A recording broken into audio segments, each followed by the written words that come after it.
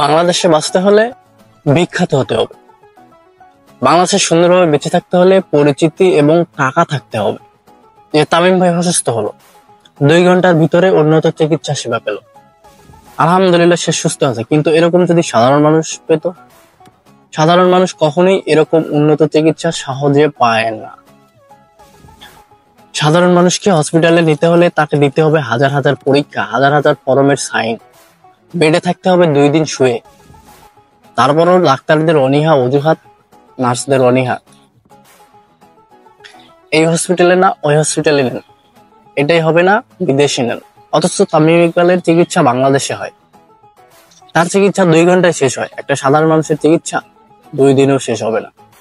এটাই বাংলাদেশ, এটাই বাংলাদেশের সিস্টেম। অথচ সাধারণ মানুষ যদি তামিম ইকবাল সাহেবের মতো চিকিৎসা পেত, দেশ কতই সুন্দর হতো। দেশের সাধারণ মানুষকে এত হয়রানির শিকার হতে হতো না, আর বিদেশে যেতে হতো না। তামিম ইকবালের চিকিৎসা বাংলাদেশে হয়, সাধারণ মানুষের চিকিৎসা দেশে হয় না, বিদেশে যেতে হয়। আফসোস, বাংলাদেশের সিস্টেম। তামিম ইকবালের জায়গায় এই জিনিসটা একটা সাধারণ মানুষ হলে সম্পূর্ণ বিপরীত হতো।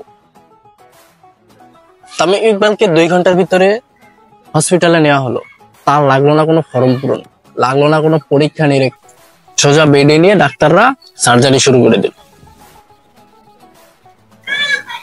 না, সে সুস্থ হয়েছে সেজন্য আমি দুঃখ প্রকাশ করছি। সে সুস্থ হয়েছে, সে বাংলার বিখ্যাত, সে সবার জান, সবার প্রাণ, বাংলাদেশের প্রাণ, বাংলাদেশের গর্ব, এতে আমরা খুশি। কিন্তু এরকম চিকিৎসা যদি সাধারণ মানুষ পেত, এই সুযোগ সুবিধাগুলো যদি সাধারণ মানুষ পেত, এই সুবিধাটা যদি একজন সাধারণ মানুষ, সাধারণ জনগণ পায়, তাহলে সাধারণ মানুষকে, বাংলাদেশের এই দেশের সাধারণ জনগণকে এতটা হয়রানির শিকার হতে হয় না। বাংলাদেশের বাইরে যে বারান্দায় বেডে শুয়ে থাকতে হয় না, পড়ে থাকতে হয় না।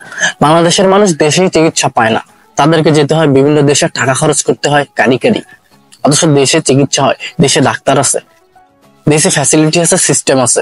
কিন্তু বাংলাদেশে ওই সিস্টেমটা নেই। সাধারণ মানুষকে সুন্দরভাবে চিকিৎসা সেবা দেবে, সাধারণ মানুষকে চিকিৎসা সেবা দিতে গেলে ডাক্তারদের অনীহা, নার্সদের অনীহা, তাদের বিভিন্ন ফর্ম পূরণ করতে হয়, তাদের দিতে হয় বিভিন্ন ধরনের পরীক্ষা নিরীক্ষা, তারপর তাদের শুয়ে থাকতে হয় বেডে 2 দিন, তারপরে হয় চিকিৎসা। তাও যদি না হয় তাকে বাইরে পেটে পাঠাই দেওয়া হয়। এটাই বাংলাদেশের সিস্টেম। বাংলাদেশের সিস্টেম পরিবর্তন করতে হবে। এই সিস্টেমে সাধারণ জনগণ কখনই সুযোগ সুবিধা পাবে না। সিস্টেম পাল্টান, দেশ বাঁচান, দেশ বাঁচলেই বেঁচে যাবে জনগণ। তামিম ইকবালের হার্টে রিং পরানো যায় বাংলাদেশে, আর সাধারণ মানুষের বেলায় তা বাইরের দেশে পড়াতে হয়। উন্নত চিকিৎসা কে পায়? সাধারণ মানুষ পায় নাকি তামিম ইকবাল পেল? সে যদি দেশে হার্টে রিং পরাতে পারে, সাধারণ মানুষ কেন দেশে চিকিৎসা সেবা পাবে না? তাদেরকে কেন ভারতে, চীনে, অস্ট্রেলিয়ায়, থাইল্যান্ড এসবে যেতে হবে? বাংলাদেশের সিস্টেম চেঞ্জ করতে হবে, বাংলাদেশের সিস্টেম পাল্টাতে হবে। সাধারণ মানুষদের বেলায় ডাক্তার নার্সরা এত টালবাহানা করলে চলবে না। তারাও মানুষ, তারাও বাংলাদেশের নাগরিক, তারাও বাংলাদেশের জান, বাংলাদেশের প্রাণ। আবার বলছি, সিস্টেম পাল্টান, দেশ বাঁচান, দেশ বাঁচলেই বেঁচে যাবে জনগণ। আল্লাহ হাফেজ।